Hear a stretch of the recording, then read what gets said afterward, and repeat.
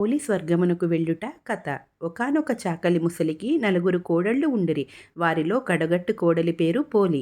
ఆమె నిరాడంబరంగా దేవతలను ప్రార్థించుట మిగిలిన వారికి గిట్టలేదు. అత్త ముగ్గురు కోడళ్ళు ఒకటిగా నుండి కార్తీక మాసమంతయు సూర్యోదయమునకు పూర్వమే స్నానము చేసి కార్తీక దామోదరుణ్ణి గౌరిని ధ్యానించి అక్షింతలు వేసుకొనిచుండిరి. అలాగే కార్తీక బహుళ అమావాస్య నాడు కూడా స్నానము ఆచరించిరి. మరునాడు మార్గశిర పాడ్యమి రోజు చీకటితో లేసి ముగ్గురు కోడళ్లతో నది వద్దకు వెళ్లి దీపాలను వెలిగించి ఆ శివయ్యను శ్రీమన్నారాయణుని మూర్తిని ఆరాధించుచుండిరి.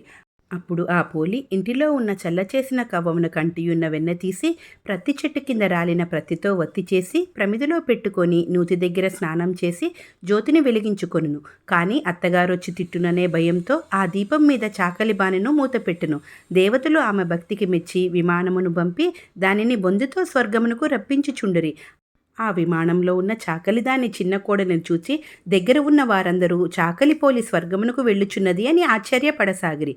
పోలి ఎక్కిన విమానం వీరి నెత్తి మీద నుండి పోవుచుండెను. అది చూసిన అత్త మిగిలిన కోడళ్ళు వారి వెంట పోలి కాళ్లను పట్టుకొని స్వర్గమునకు పోవుచుండిరి. అది చూచిన విష్ణుదూతలు ఈ పోలి అధిక భక్తితో జ్యోతిని వెలిగించినది. కానీ మీరు స్వర్గమునకు వచ్చు అదృష్టము లేదు పొండు అని త్రోసివేసిరి. పోలిని బొందుతో స్వర్గమునకు తీసుకొని వెళ్ళిరి. ఈ కార్తీక మాసం భక్తితో చేసిన వారికి ఫలం సిద్ధిస్తుంది.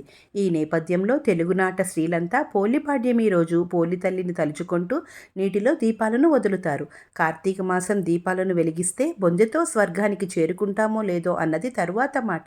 ఆచారాన్ని పాటించాలన్న మనసు ఉన్నప్పుడు మార్గం దానంతట అదే కనిపిస్తుంది అని చెప్పటం ఈ కథలోని అంతరార్థంగా తోస్తుంది. భగవంతుని కొలుచుకోవటానికి కావలసింది శ్రద్ధ మాత్రమే కానీ ఆడంబరాలు కాదు అని సూచిస్తుంది. అన్నిటికీ మించి అహంకారంతో చేసిన పూజలు ఎందుకు కొరగావు అని సూచిస్తుంది. ఓం నమ శివాయ. ఓం నమ శివాయ.